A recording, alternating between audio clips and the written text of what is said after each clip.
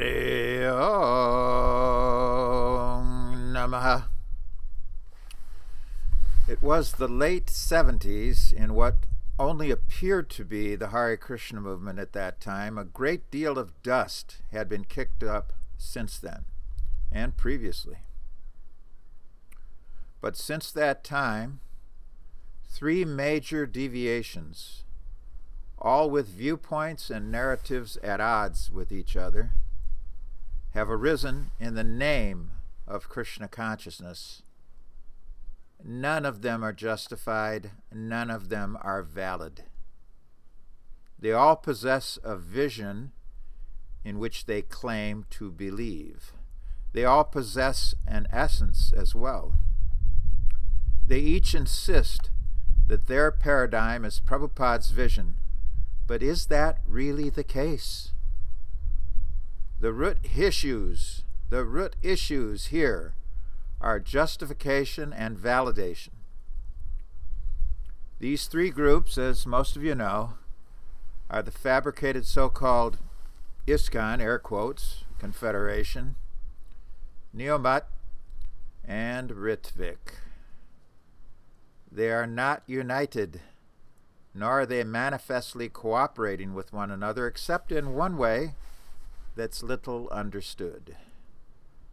There are many reasons for their lack of cooperation on the superficial plane, and one of those reasons is that they all possess a vision that is incompatible with the narratives underpinning the other two.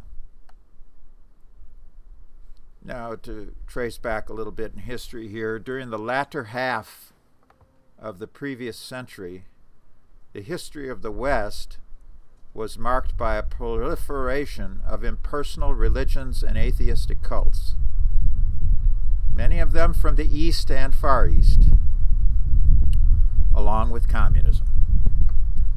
Marxist-Leninism was not entirely new, of course, but it had been converted into a state system, a powerful state system, gaining strong traction, until it was toppled in the early 90s. Now, this proliferation of impersonalism and atheism could be called the chief trend of that 50-year period at the end of the 20th century. So what will be the chief trend of the 21st century? There are various indications that it will be an explosion of real knowledge combined with a return to theism, although not the theism of organized religion. In this month's presentation, we shall analyze some of the history of those above-mentioned three postmodern religions, all apparently Eastern, all apparently Vaishnav, and all of them formed in the latter half of the previous century. But will any of them prevail in this century? Hopefully not. Let us consider the legacy of so-called ISKCON. This is the mothership from which the other two groups have broken, and they're inimical to it, at least somewhat. From one perspective, and it's a legitimate viewpoint, both Neomat and Ritvik are offshoots from that mothership. It is a misconception that so-called ISKCON is not culpable for the emergence of those reactionary movements, because how the zonal acharya scam was implemented and everything connected to that hoax over the years created a fertile field for rebellion against it. Let us go and consider Neomat. Neomat is a reactionary, revanchist movement of wildcard gurus. They hung around for a while, a short time, during the zonal era, but they did not stick with the zonal acharyas once the going got tough. And it did get really quite rough and tough rather quickly. That crack in solidarity went down early. The initial wave of Niyamut, and when I'm referring to Niyamut here, I'm referring to some heavy hitters, many of them sannyasis. They ditched, and then they, air quotes, took shelter of Swami B.R. Sridhar. This man was heavily implicated in the creating and rubber stamping the zonal Acharya concoction during the spring of 1978. In other words, the traitors became the direct offspring of Gaudiya Mutt, and that is why they are appropriately called Niyamut. Now let us consider Rittvik. Although dissimilar in almost every way, Rittvik is a later reactionary manifestation. Many, if not most, of those who were in the process of rejecting so-called ISKCON and its deceptive and heavy-handed imposition of the zonal Acharya hoax, they did not want to have anything to do with Gaudiya Mutt. Emotionally, logically, and practically, that included wanting no connection to the Neo-Mutt wildcards. Yet, so-called ISKCON kept sliding downhill throughout the 80s, and the disgruntlement of many initiated disciples of Srila Prabhupada accordingly increased. It all stemmed from an initial deviation, which was based upon a presupposition.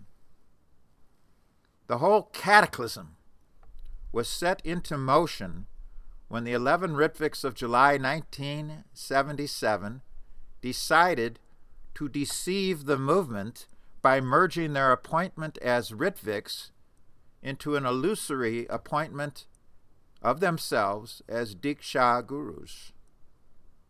Quote, Ritvik Acharya, then it becomes as good as Acharya, unquote. The preposition, air quotes, then, was used to indicate that period of time, the period of time after the legitimacy of the Ritvik initiations had expired. Those Ritviks were like paralegals. The recognized attorney presents full representation and arguments to the court, and he has passed the bar. The paralegal has not. At some point, however, the real attorney may no longer be viable. At that time, then, all of his paralegals automatically lose standing, including authorization to conduct initiation ceremonies on behalf of the previous Acharya, who is no longer manifest on the physical plane. The idea that the appointment of Ritviks was their covert appointment as Diksha Gurus has never been validated. If the 1977 appointment of Ritviks meant that they were automatically to become Diksha Gurus after Prabhupada left the scene, if that idea was the right argument, where was it verified? It required clear verification from Prabhupada. He had months to make such a statement, but he never validated the idea. There was no appointment of gurus. The order was not given, at least not officially. The injunction was not given that those Ritviks would automatically convert into Diksha Gurus after he left the scene. Such a motivated, obviously motivated, presupposition is now in the category of myth. It is the chief myth of so-called ISKCON. Always ask yourself this essential question. How can there be a genuine initiation without a bona fide guru? All the newcomers since 1977 have been misguided. This is how the current debacle was set into motion. Naturally, all of that would not and did not sit right with some of Prabhupada's initiates in the late 70s and the early 80s. A few of them felt this subliminally, but there were also those who consciously knew that something was dreadfully wrong pretty much from the gate. Of course, the leaders of so-called ISKCON made sure to make it very, very difficult to actually discover that there never was an appointment of Diksha Gurus. However, that revelation took a full 2 years, and it did not spread very fast. Nevertheless, from the late 70s on, there was disgruntlement and disillusion. To say that it was on a mass scale would be going a bridge too far, but it certainly was tangible. Besides that, there was also personal ambition on the part of the many other sannyasis and leading secretaries. Why not us? It wasn't often phrased like that, although in one case it certainly was. But that's where the frustration was coming from on the personal level for those other first and second echelon men. Indeed, if it had been known from the beginning that the 11 were never appointed as Diksha Gurus, those other men chafing at the bit, I'm referring here to other first and second echelon men in so-called ISKCON, those other men would have exploded with demands pretty much right away. However, it took time for all of it to go down. The new gurus controlled the whole world and all of the temples, with the exception of the Krishna Balaram temple, which eventually also fell in 1979. And they controlled it via the zonal Acharya imposition.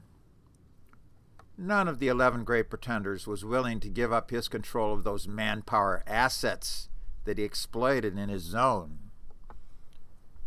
And they were also loading up those centers with their own men, unimpeded, for a full 2 years before the appointment that never was became common knowledge, or started to become common knowledge.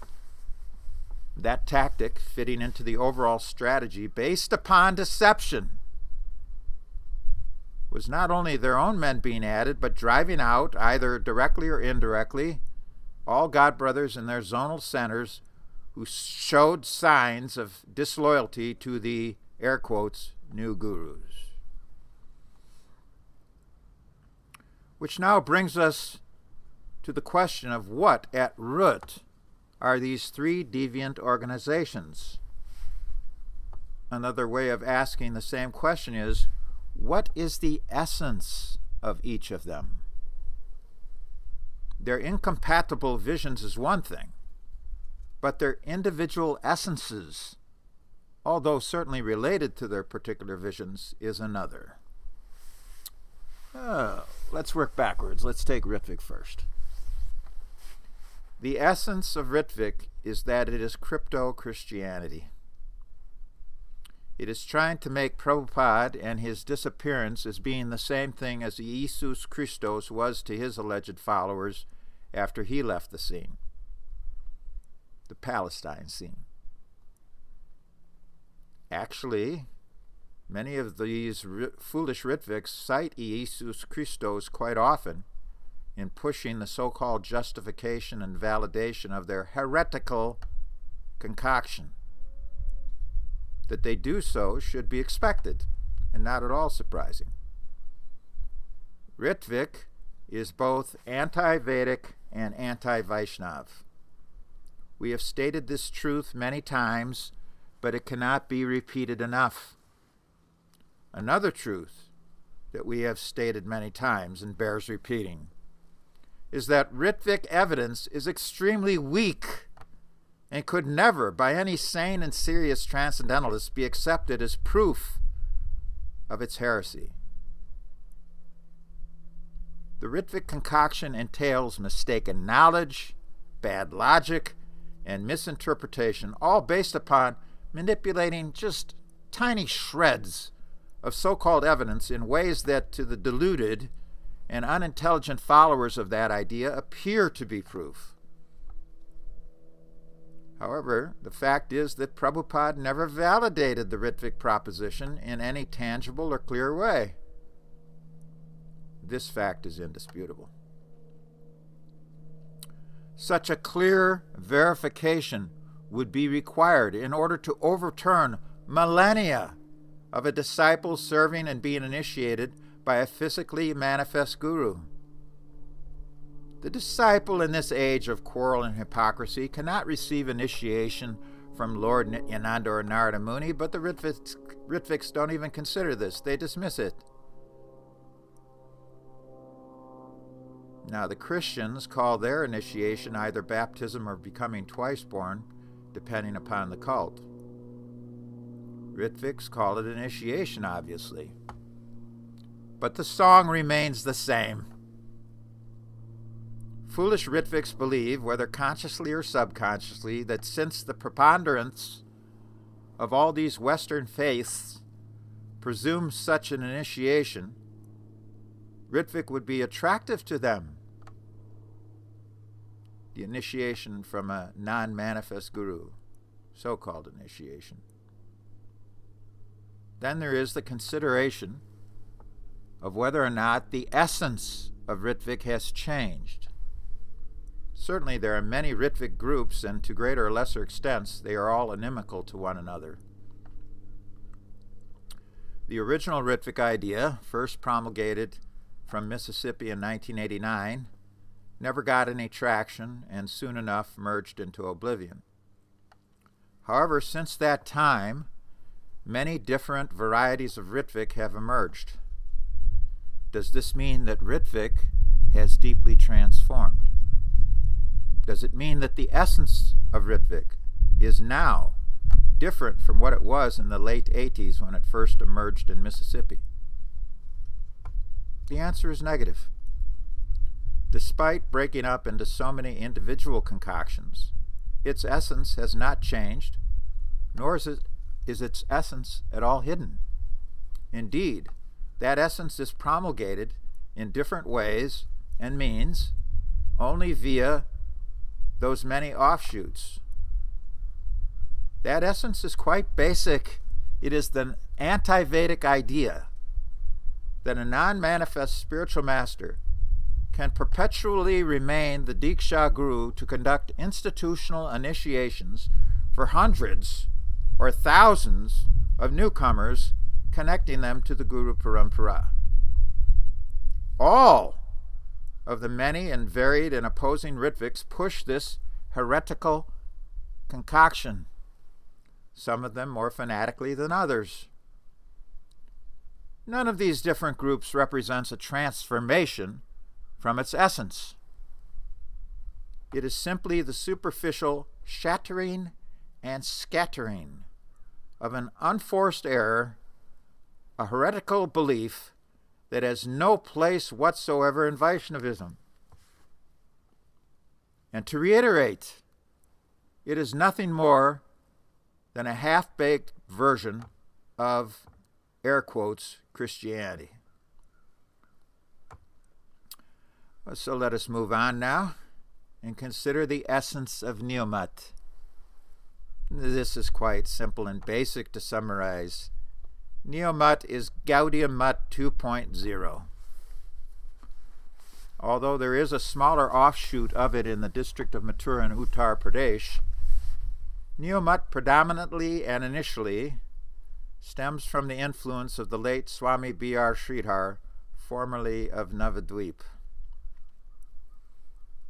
Niyamata pushes the teachings, the mood, the style, and the conduct of Gaudiya Mat. It believes that so-called ISKCON lost its way when it split from Gaudiya Mat influence, guidance, and oversight in the very early 80s. It also believes, completely contrary to Prabhupada's direct teaching on the subject, that the Jivatma originated not from any kind of association with the personality of Godhead in the spiritual world, but from an impersonal source.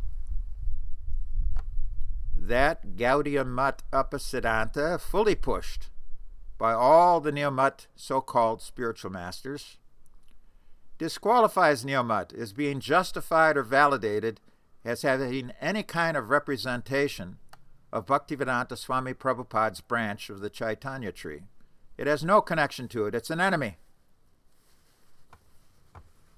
Prabhupada severely criticized, indeed condemned, Gaudiya Mat before he departed physical manifestation. He never wanted his disciples to have close association with Gaudiya Mat. What to speak of having his movement converted into an imitation of it, along with its attitude, its worship styles, its beliefs, and its mood. Consider the following quotes to verify what I have just said. The first quote is from the purport of Chaitanya Charitamrita, Adi Leela, chapter 12, text 8. Quote, "The members of the self-appointed Acharyas party who occupied the property of Gaudiya Mat are satisfied, but they could make no progress in preaching. Therefore, by the result of their actions, one should know that they are asara, or useless," unquote. The next quotation is also from the books, which, remember, those books are destined in due course to become the law books of mankind later, when the current golden age dawns in full bloom. This excerpt is from a purport of Nectar of Instruction, from the 6th verse of that great work. Quote, "Neophytes, unable to appreciate the exalted service of the advanced devotee, try to bring the Mahabhagavat to their platform. We experience such difficulty in propagating this Krishna consciousness all over the world. Unfortunately, we are surrounded by neophyte godbrothers who do not appreciate the extraordinary activities of spreading Krishna consciousness all over the world. They simply try to bring us to their platform, and they try to criticize us in every respect. When one thus criticizes a pure devotee, he commits an offense, Vaishnava Aparad, that is very obstructive and dangerous for those who desire to advance in Krishna consciousness. A person cannot derive any spiritual benefit when he offends the lotus feet of a Vaishnav. Everyone should therefore be very careful not to be jealous of an empowered Vaishnav or a Shuddha Vaishnava," unquote. Please note the word jealous was used here, clearly indicating envious godbrothers. We have another one here. Consider this excerpt from a letter to a Canadian temple president dated November 9th, 1975. Quote, "I have now issued orders that all my disciples should avoid all of my godbrothers. They should not have any dealings with them, nor even correspondence, nor should they give them any of my books, nor should they purchase any of their books. Neither should you visit any of their temples. Please avoid them," unquote. Finally, consider this excerpt from a letter to one of Prabhupada's leading secretaries dated April 28th, 1974. Quote, "Actually, amongst my godbrothers, no one is qualified to be Acharya. So it is better not to mix with my godbrothers very intimately, because instead of inspiring our students and disciples, they may sometimes pollute them. This is going on. We shall be very careful about them and not mix with them. This is my instruction to you all. They cannot help us in our movement, but they are very competent to harm our natural progress. So we must be very careful about them," unquote. By the way, this excerpt that I just delivered was directly related to Swami B.R. Sridhar, as the letter from the commissioner, which led to the response which he received, and that response has just been reiterated here, concerned that leading secretary's doubt about the legitimacy of Swami B.R. Sridhar.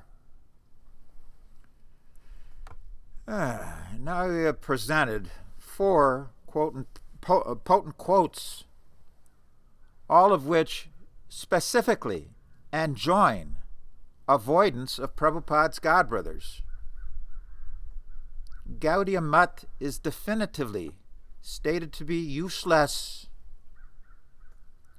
If you claim to be a devotee of Prabhupada, you must recognize that it is useless. Are there more of these excerpts verifying this conclusion? Certainly, many more. Do you need more than these 4 criticizing Gaudiya Mat? Not really. Those traitors who comprised and still comprise Neo-Mat are covert impersonalists, and their impersonal jiva origination concoction must be fully rejected. Their essence is closer to Mayavad than it is to Vaishnavism. Now, there's many different Neo-Mat wildcards, but you should know that their World Vaishnava Alliance is a smokescreen. It is a mirage of strong unity, but they are only unified in their essence, not in terms of their individual ways and means of making disciples for themselves. Neo-Mat's essence is not at all disturbed by its disunity and lack of a powerful governing body managing all of these wild cards. To sum it all up again, Neo-Mat is Gaudiya Mat 2.0, nothing more than that. Tattvamasi. And then, of course, we come to the fabricated so-called, air quotes, ISKCON Confederation. Describing the essence of so-called ISKCON, it's a little more difficult, although that essence is one. When I eventually reveal it here, after a thorough description of its transformations over time, of the cult's transformations, not the essence transformations. The essence is not transformed. The cult is transformed. You will realize what that essence actually is. It's possible that realization will shock you a bit. We first start with some important truths and facts. The fabricated so-called, air quotes, ISKCON manifestation did not emerge until 1974. Even then, it was an imitation weed, somewhat weak, concurrent with the real Bhakti Lata Bij running through the movement, and mostly a covert thread to the real Hare Krishna movement of Krishna consciousness, which another name for that is Prabhupada's branch of the Chaitanya tree. This weed was meant to choke that branch and kill it, but it was too weak to actually do so. It was too weak to do so until the spring of 1978. Previous to its initial emergence, there were 3 dust-ups, but none of those represented the weed of so-called ISKCON. They could have eventually, but they were nipped. The third one, however, was not entirely emasculated. It was mostly, but not entirely. For all practical purposes, the emergence of the so-called ISKCON, the imitation ISKCON of 1974, was non-different from the emergence of the plain clothes pick Some of you will consider this statement to be not only controversial but offensive. Your host speaker will make every effort in order to help you overcome that illusory reaction in your mind. On the other hand, many of you will not consider this contention to be at all controversial, but now, through the rear-view mirror, you already see it as quite obvious. Now, to briefly mention those dust-ups prior to 1974, the first one was the breakaway by Kirtanananda Swami and his homosexual buddy from the Mott Street gang, Professor Hayagriva Wheeler. It went down circa 1968. They made an abortive effort to have the devotees in America abandon the shika, tilak, the neck beads, and the robes, converting all of them into regular Western attire in order to spread the movement. This one was beaten back by Prabhupada thoroughly. The next dust-up was the 4 breakaway leaders who tried to centralize the movement, meaning wrap up all the American centers and consolidate them in one place. That one center was supposed to be in Greenwich Village. This one was more dangerous than Kirtanananda's deviation, but it was also entirely uprooted. It went down in the late 60s. This is even a longer story, but again, it would be tangential to get into it because it was crushed. The third one proved more dangerous than the first 2. It began as an ad hoc meeting in the late winter of 1972 in New York City of 8 governing body commissioners. It encompassed a scheme to have all the zones centralized in one center in each zone. Unlike the previous one where they're going to center the whole movement in one place, each zone would be centered in one city in the zone. But it went further than that. This conspiracy entailed most of the monies collected on the street by the devotees to each zone to be sent to a newly appointed GBC secretary at that ad hoc meeting. He did not remain appointed for very long, by the way, but that newly appointed secretary also happened to be a broker on Wall Street. He would then invest all of those hard-earned collections into stocks in order to allegedly increase the wealth. Obviously, an element of gambling was involved in this scheme because Wall Street is nothing more than casino capitalism. Again, it's a very long story. Prabhupada upended it when he was finally informed about it, because the meeting was held in secret, and the other 4 commissioners weren't even informed. However, it gained traction during that brief time, previous to his reversing it, particularly in the Midwest zone of the United States where your host speaker joined. But I didn't know about it. Anyway, it's a long story. This story, however, although it was unable to spread and was uprooted, left some live cinders in the back 40. It was mostly eradicated, but it was not really smothered. Another way of saying the same thing is that it left smoldering resentment, as those 8 deviant commissioners still harbored the desire to accumulate more and more power, which brings us to the covert launch of so-called ISKCON, the thread of the killer creeper. We are dating it, as aforementioned, as 1974, which is entirely reasonable. However, the plainclothes pick actually started during the Christmas collection of 1973. We date it 1974 because the contamination of the plainclothes pick and everything it would eventually devolve into gained tangible traction in the year of 1974, not in the last month and one half of 1973. the essence of the fabricated so-called, air quotes, ISKCON Confederation. Again, I'm going to reveal that essence a bit later in the presentation.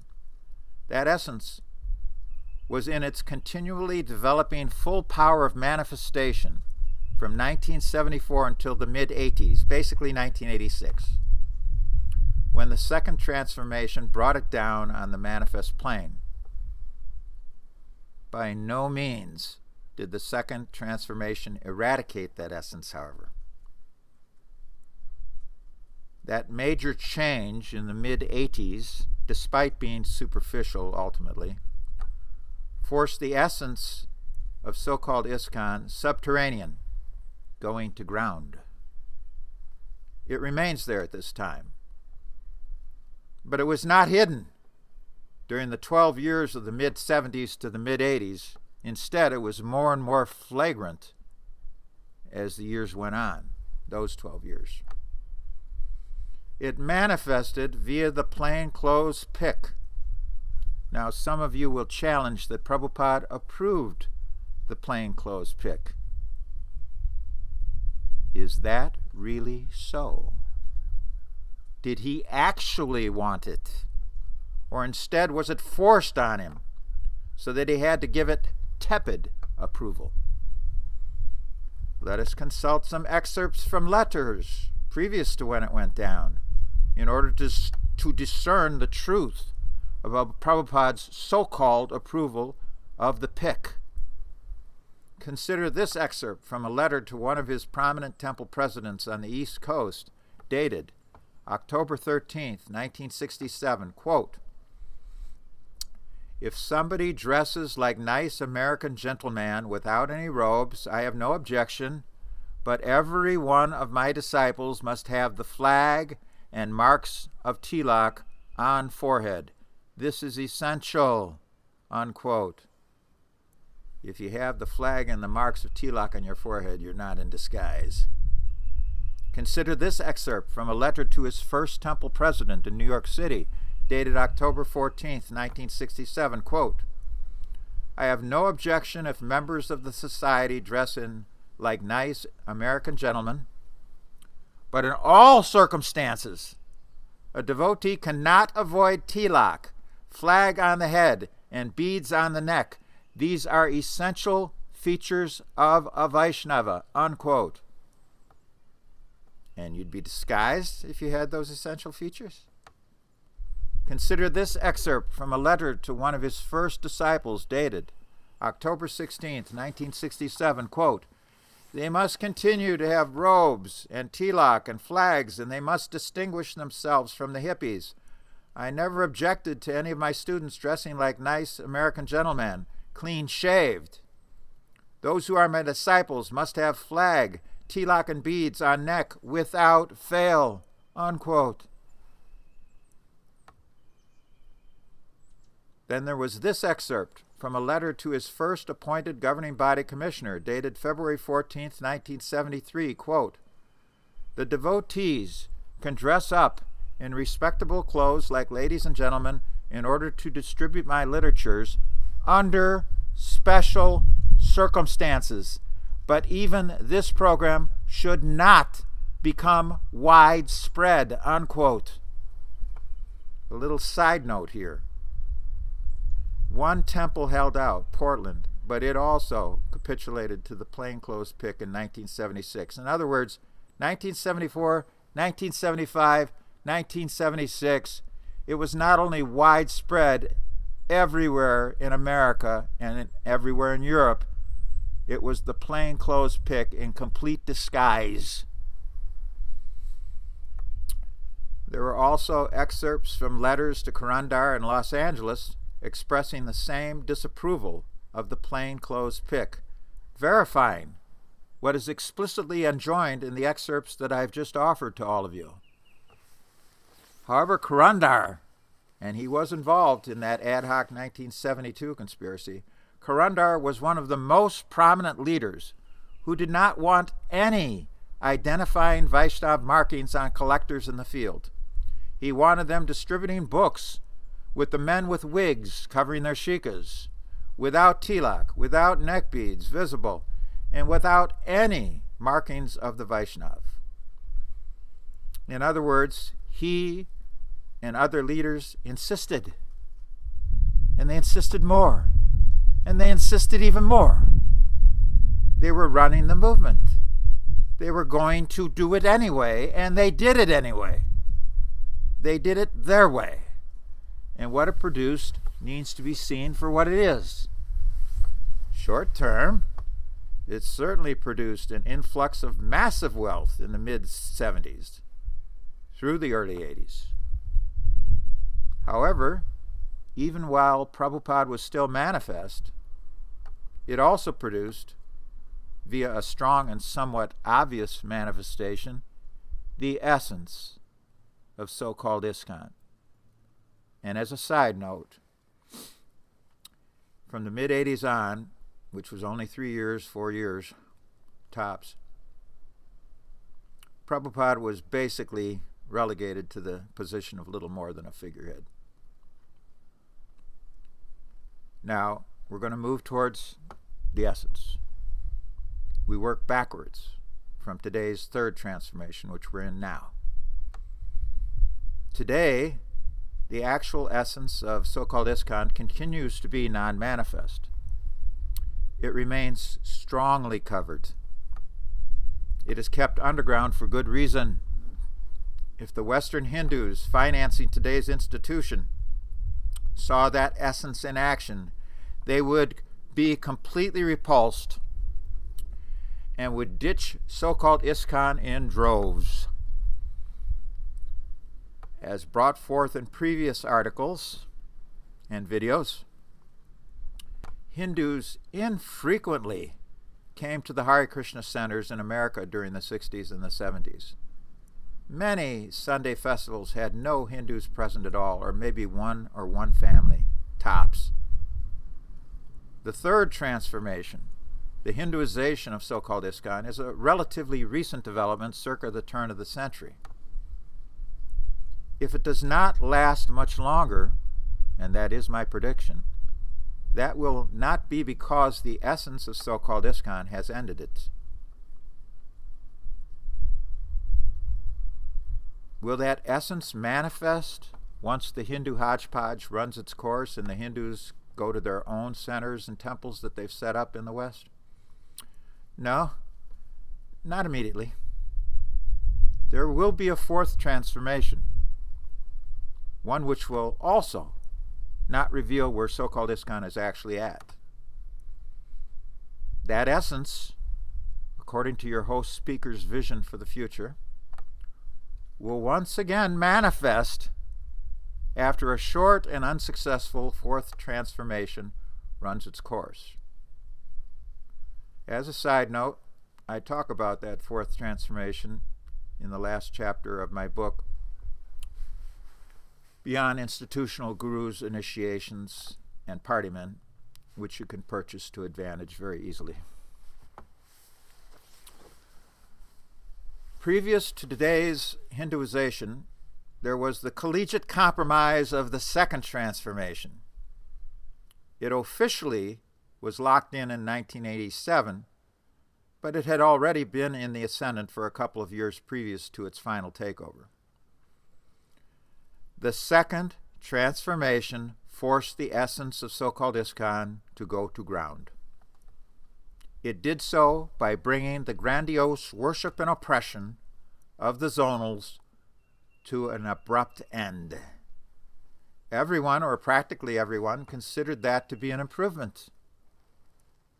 Superficially, there's no question that it was. However, deeper than that, it was no improvement.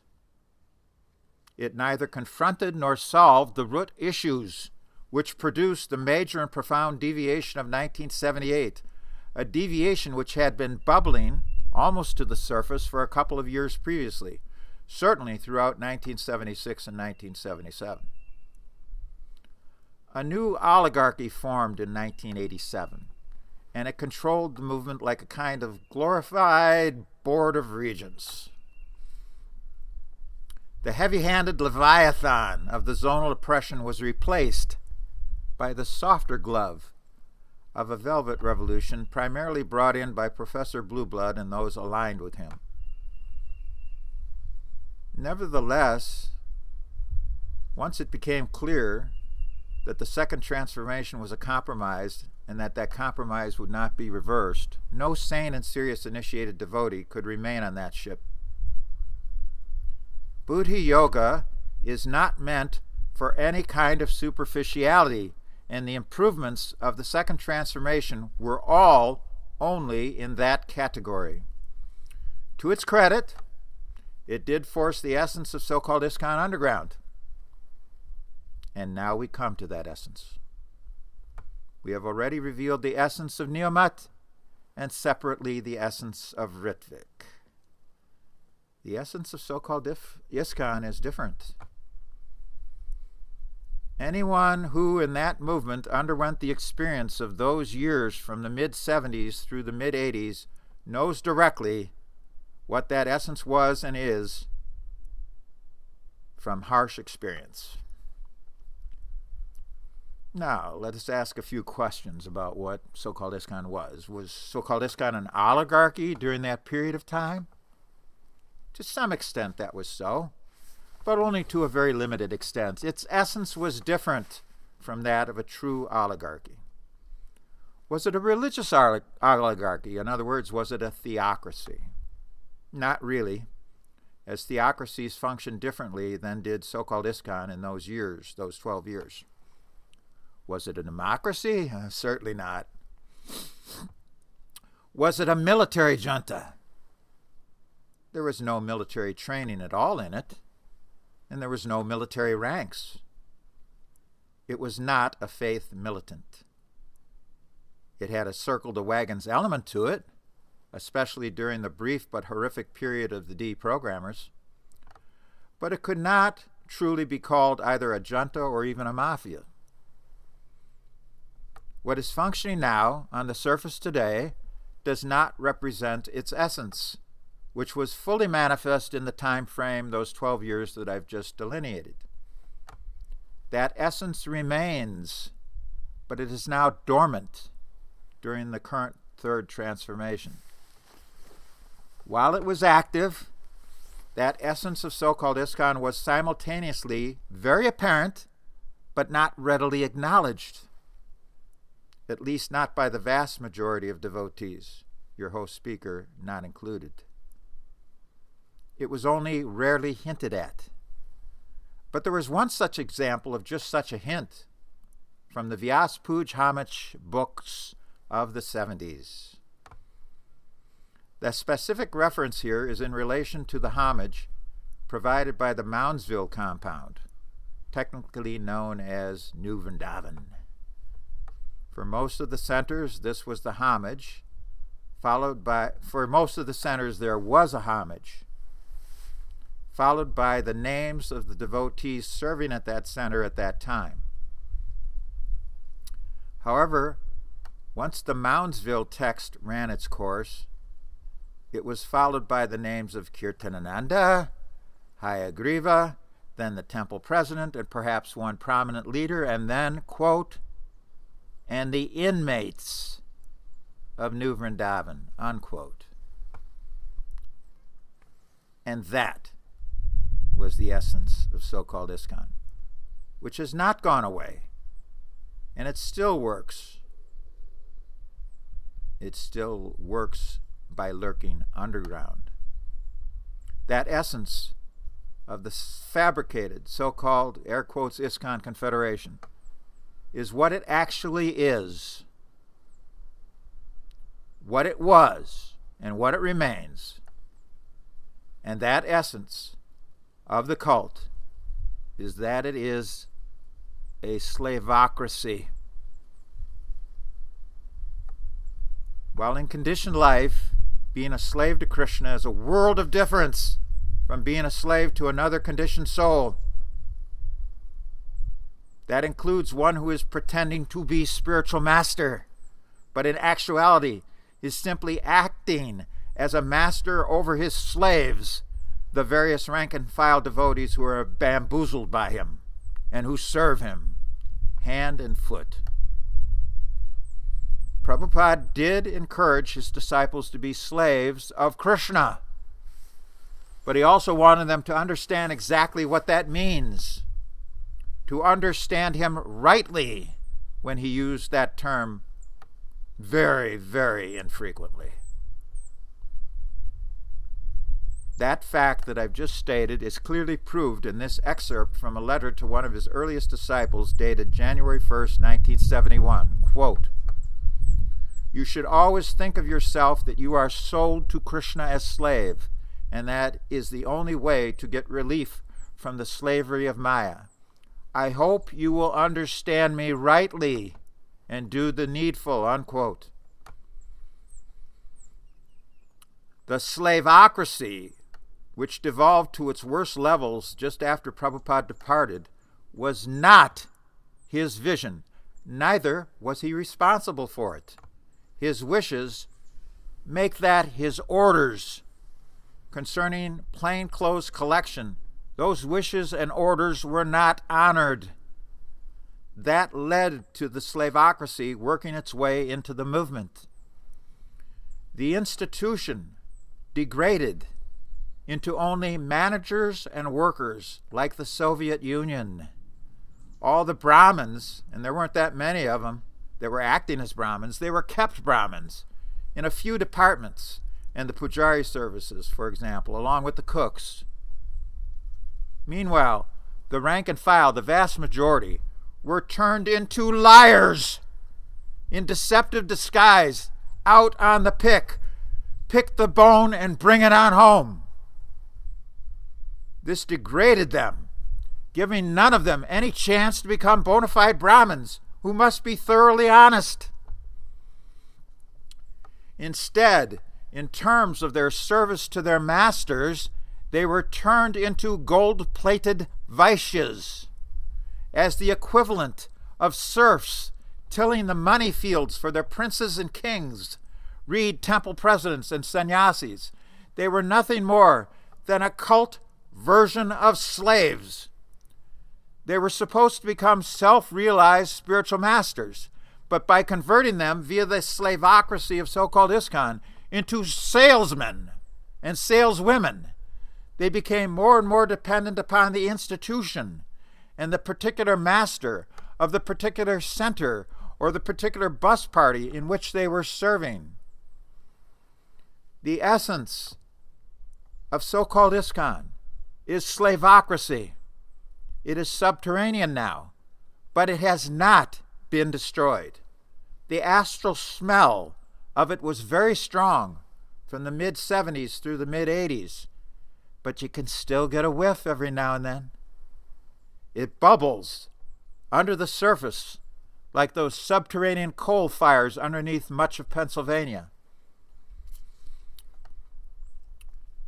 When it comes time to circle the wagons again, and it will, when the upcoming fourth transformation runs its brief course and fully fails, the fallback position for the remaining fanatics, fools, chelas, kickmes, and space cadets will be back to the future, back to slaveocracy.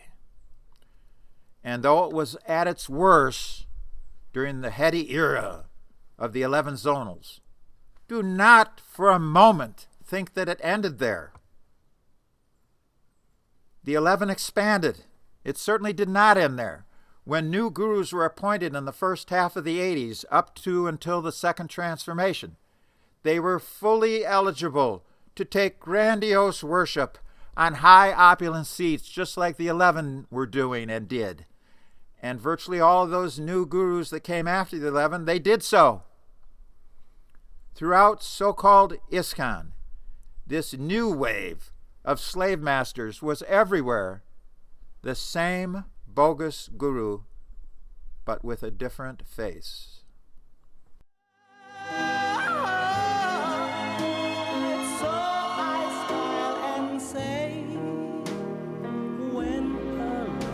Flame dies, smoke gets in your eyes. Smoke gets in your eyes.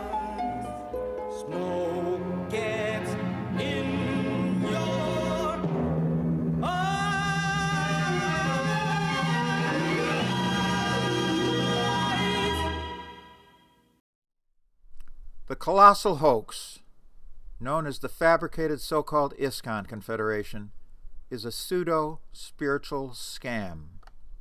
It, along with the chief leader of Gaudiamat, spawned two other deviations, Neomat and Ritwik.